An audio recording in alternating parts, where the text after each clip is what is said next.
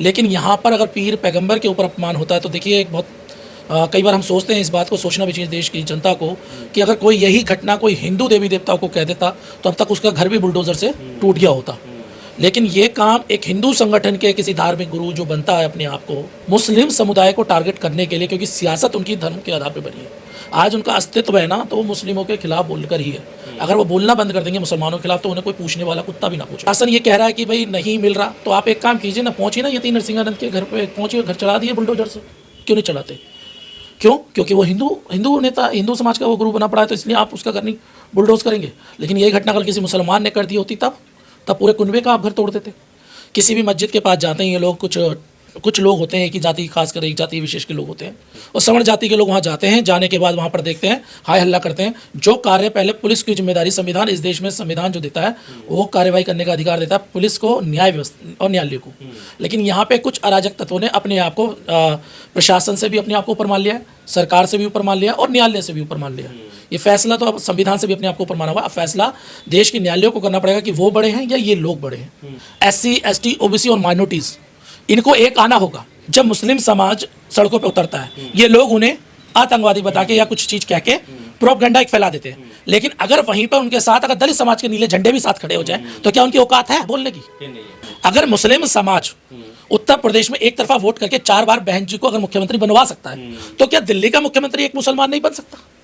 और इन जब सत्ता में आप लोग होंगे, आपकी अपनी सत्ता होंगी तो किसी की औकात नहीं है, हैसियत नहीं है कि कोई आपके पीर पैगंबर को कुछ गलत बोल सके, बाबा साहब की मूर्तियों को कोई तोड़ सके, किसी की हिम्मत है?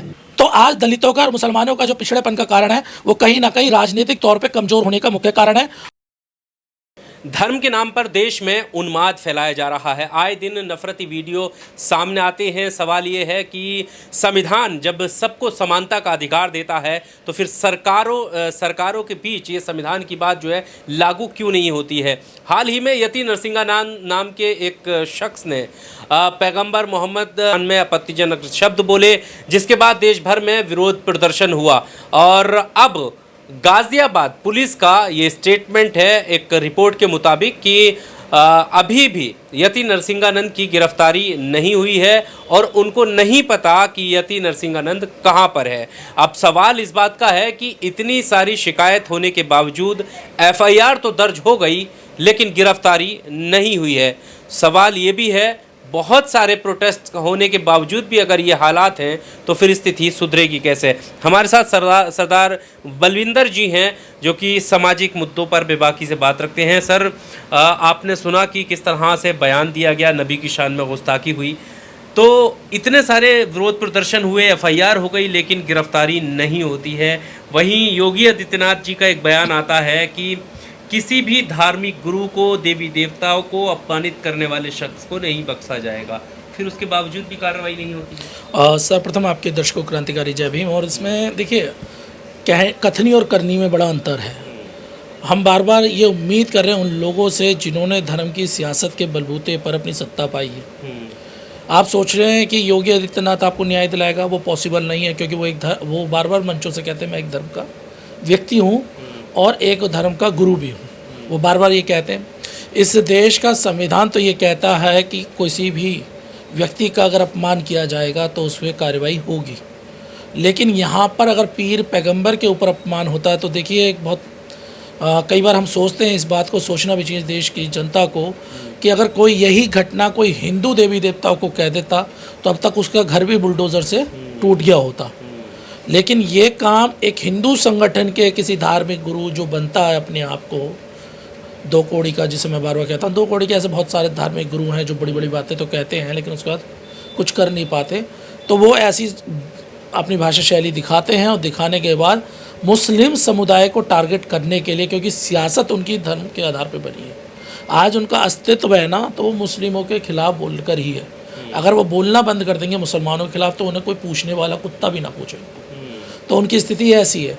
और जब वो पीर पैगंबर को जब वो ये बात कहते हैं तो इस देश की अगर न्यायिक व्यवस्था, अगर पुलिस प्रशासन सही तरह काम नहीं कर रहा है तो इस देश के कोर्ट को अपने आप को ईमानदारी के साथ काम करना चाहिए। मुझे लगता है प्रशासन ये कह रहा है कि भाई नहीं मिल रहा तो आप एक काम कीजिए ना, पहुँचिए ना यति नरसिंहानंद के घर पे पहुँचिए, घर चला दिए बुलडोजर से। क्यों नहीं चलाते?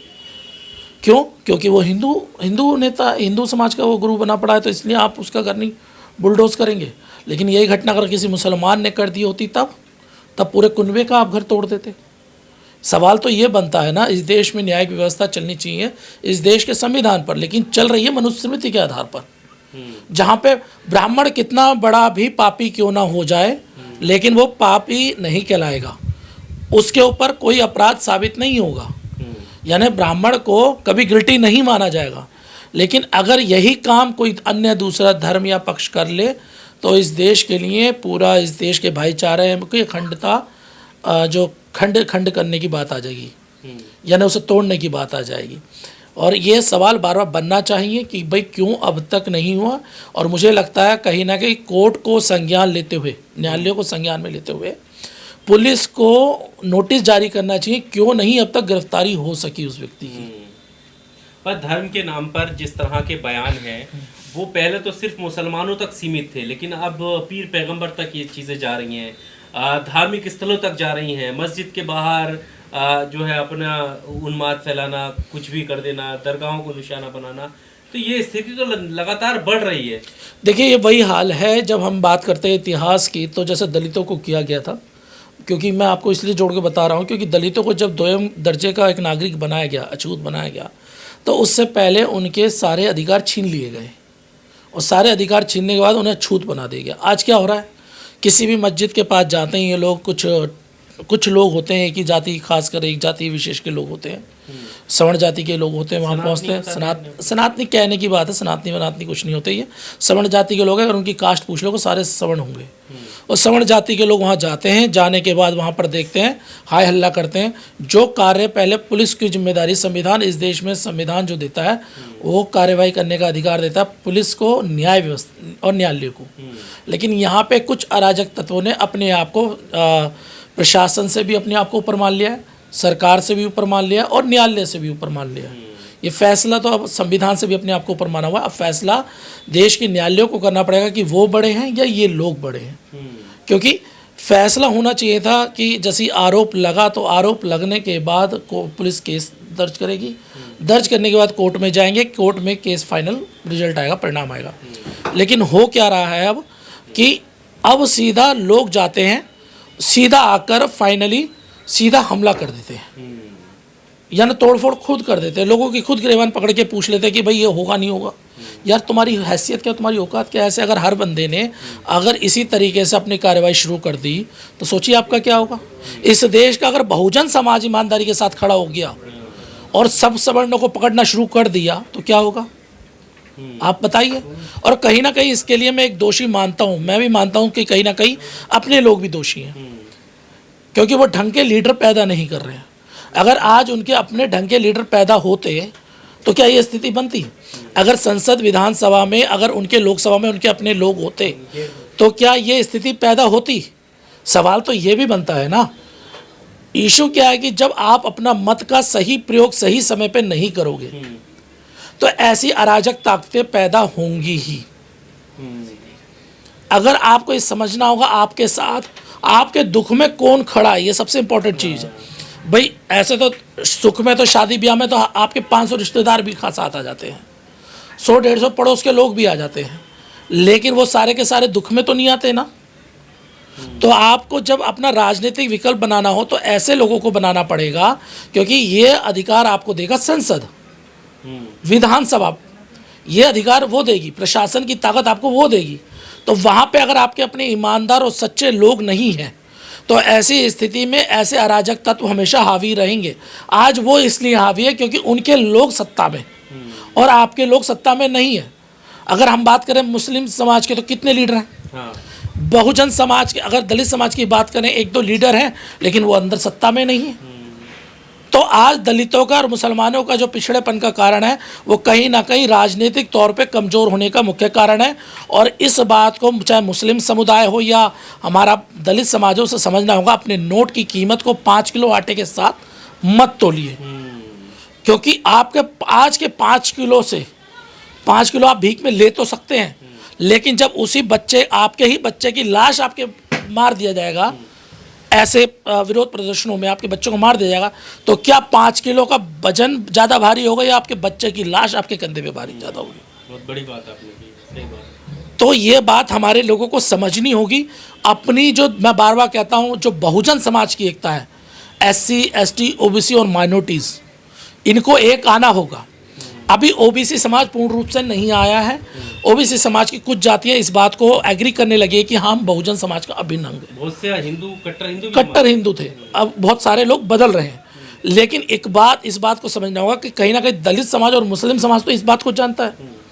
आपको आपके दुश्मन की पहचान है, आपका दुश्मन कौन है। आपके हक अधिकारों पे हमला करके किसने कब्जा किया हुआ है। जब आपको ये सारी चीज़ें पता है तो आपको क्या करना चाहिए कि अपने दुश्मन की जब आपको पहचान है तो अपने दुश्मन के खिलाफ मिलकर लड़ना चाहिए, ना कि आपस में लड़ना चाहिए। पर जिस तरह से हमने देखा कि जब ये कार्रवाई की मांग करने मुस्लिम समाज सड़कों पर उतरता है, विरोध प्रदर्शन जताता है, जो कि संवैधानिक अधिकार है शांतिपूर्ण तरीके से विरोध जताना, लेकिन मेन स्ट्रीम मीडिया पर आप देखेंगे कि उसी भीड़ को दिखाकर, उस विरोध प्रदर्शन को दिखाकर ये सवाल पूछा जाता है कि अराजकता बर्दाश्त नहीं की जाएगी, ये देश संविधान से चलेगा, ये सरिया से नहीं चलेगा। यानी डिबेट का जो मुद्दा है वो उस तरफ मोड़ दिया जाता है। क्यों वो लोग उतरे हैं सड़क पर, इस पर कोई बहस नहीं करता। क्या आपको लगता है कि इस देश का जो मुसलमान है, क्या वो संविधान पर भरोसा रखे बिना ही सड़कों पर उतरता है? देखिए, मैं आपको फिर कह रहा हूँ, यहाँ पे थोड़ी कमियाँ हम लोगों की भी हैं और दूसरे की भी हैं। लेकिन बार बार याद रखिए, अगर शुरुआत हमें करनी होगी तो अपने घर से शुरुआत करनी पड़ेगी, दूसरी जगह से नहीं हो पाएगी। और उसका मुख्य कारण इसलिए मैं आपसे कह रहा हूँ, देखिए, जब मुस्लिम समाज सड़कों पे उतरता है, ये लोग उन्हें आतंकवादी बता के या कुछ चीज़ कह के प्रोपगेंडा एक फैला देते हैं। लेकिन अगर वहीं पर उनके साथ अगर दलित समाज के नीले झंडे भी साथ खड़े हो जाए तो क्या उनकी औकात है बोलने की? मेरी बात समझिएगा, बहुत इंपॉर्टेंट बात है।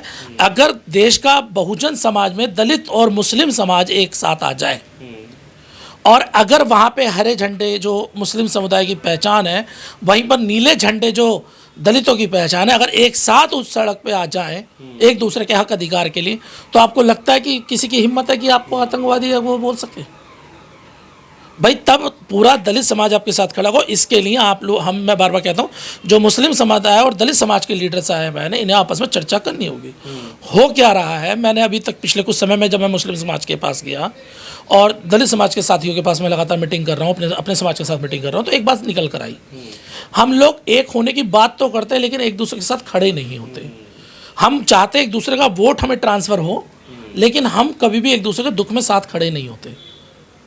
और अगर हम खड़े होते हैं, जैसे मैं कहना नहीं चाहता, लेकिन इस बात को मुस्लिम समुदाय के भी कुछ साथियों को समझना होगा। देखिए, दलित समाज ने जो पीड़ा आज आप झेल रहे हैं, ये पीड़ा कई हजार साल तक झेली है और वो जानता है इस दर्द से निकलना कितना मुश्किल होता है और जब उसका सामाजिक शोषण होता है तो किस लेवल पर होता है। तो ऐसी स्थिति से निकलने के लिए अगर उन्हें कोई सही तरह से समझा सकता है, वो दलित समाज ही समझा सकता है, क्योंकि वो निकला है। लेकिन क्या हुआ, जैसे शाहीन बाग का आंदोलन हुआ, तो जब वहाँ दलित समाज के लोग वहाँ जाते थे, सपोर्ट में गए, तो वहीं पर मुस्लिम समाज का एक बुद्धिजीवी वर्ग जो पत्रकार है, वो सोशल मीडिया में लिखता है कि वो बिरयानी खाने आते थे हमारी। यानी कि अगर दलित समाज आपके साथ खड़ा होने वहाँ पे आया है, आपके आंदोलन में आपके साथ आने की तैयारी कर रहा है, तो क्या बिरयानी खाने आया? क्या ये सही था? और इसी तरह जब दलित समाज के कार्यक्रम होते हैं, तो मुझे बताइए, आप जो बड़े बड़े कार्यक्रम होते हैं, हम बात करें तो 2-4 मुस्लिम चेहरे तो आपको वहाँ दिख जाएंगे, लेकिन उससे ज़्यादा क्या मुस्लिम चेहरे वहाँ दिखाई देते हैं? ये भी एक शिकायत है। ये शिकायत है, क्योंकि जब तक ये दोनों साथ नहीं आएंगे, और इसी का फ़ायदा ये सवर्ण जाति के लोग उठाते हैं। अच्छा, जिस तरीके से, क्योंकि देखिए, पैगंबर को, नबी को रहमतुल्लिल आलमीन कहा गया कि वो सारी दुनिया के लिए रहमत बन गया, इसमें कोई मुस्लिम नहीं होनी। जब इस तरीके के आपत्तिजनक शब्द बोले गए, आपको दुख पीड़ा होती है इस तरह की? देखिए, दुख पीड़ा तो होगी नॉर्मली। अगर कोई बुद्ध को बोल दें, गुरु नानक को अगर कोई बोलेगा, तो हमें दुख होगा, क्योंकि इन लोगों ने जो है प्यार की भाषा सिखाई, इन्होंने सबको जोड़ना सिखाया, ना कि तोड़ना सिखाया। लेकिन कुछ लोगों ने तोड़ने की बात करी तो हम उनका विरोध करते हैं, लेकिन जिन्होंने जोड़ने की बात करी उन लोगों को आप बोल रहे हैं। लेकिन फिर मैं वहीं वापस लाऊंगा, क्योंकि अभी हम लोगों को ये देखना पड़ेगा हम लोग यूनिटी कैसे बना सकते हैं। जैसे मैं बार बार आपके चैनल के माध्यम से भी और बाहर दूसरे चैनलों के माध्यम से भी बार बार एक बात कहता हूँ, जैसे दिल्ली की बात कर रहा हूँ, दिल्ली के अंदर 12% जाटव समाज के लोग हैं, सिर्फ जाटव समाज, एक कम्युनिटी बता रहा हूँ दलित जाति की, और 13% मुस्लिम समाज है। अगर 13 और 12% जुड़ जाता है तो कितना हुआ? 25% हो जाता है। 25% में और दलित जातियाँ मिल जाती हैं तो वो 30% हो जाता है। अब 30% वाला इकट्ठा होने के बावजूद भी हम अपनी सरकार नहीं बना पाते, अपना सीएम नहीं बना पाते। मैं बार बार इस बात को कह रहा हूँ। अब मैं अपने दलित भाइयों से खासकर रिक्वेस्ट, आपके हिंदू मुस्लिम है, अब मैं अपने हमारे जो दलित समाज के भाई हैं उनसे सवाल करूंगा, अगर मुस्लिम समाज उत्तर प्रदेश में एक तरफा वोट करके 4 बार बहन जी को अगर मुख्यमंत्री बनवा सकता है तो क्या दिल्ली का मुख्यमंत्री एक मुसलमान नहीं बन सकता? अगर आप 85% की बात करते हैं तो 85 को जोड़ने की जिम्मेदारी किसकी है? आपकी है ना, क्योंकि बाबा साहब को अगर सबसे ज़्यादा अगर किसी ने पढ़ा है तो आप लोगों ने पढ़ा है। बहुजन मूवमेंट को अगर सबसे ज़्यादा लीड इस समय कोई कर रहा है तो आप लोग कर रहे हैं। तो ये जिम्मेदारी ये है बनती है कि सभी को बराबर का प्रतिनिधित्व इस समय समाज में दिया जाए, जिससे एक भाइयों में एकता बने और ये जो आपस में मतभेद बने पड़े थे, मनभेद बने हुए थे, वो खत्म हो और इस तरह की घटनाओं पर भी कंट्रोल लगेगा। और इन जब सत्ता में आप लोग होंगे, आपकी अपनी सत्ता होंगी, तो किसी की औकात नहीं है, हैसियत नहीं है कि कोई आपके पीर पैगंबर को कुछ गलत बोल सके, बाबा साहब की मूर्तियों को कोई तोड़ सके। किसी की हिम्मत है? अगर आपकी सत्ता है, बहन जी की सत्ता उत्तर प्रदेश में बनी, किसी की औकात थी कि बाबा साहब की प्रतिमा को हाथ लगा दे? पूरा जो उत्तर प्रदेश बौद्ध में बना दिया था। अगर दिल्ली के अंदर अगर आपकी बहुजनों की सरकार बन जाती है तो आपका ही फायदा होगा, आपके बच्चों को रोजगार मिलेगा, आपके बच्चों को अच्छी शिक्षा मिलेगी। तो हमें इस बात को समझना होगा और सबको मिलकर काम करना होगा।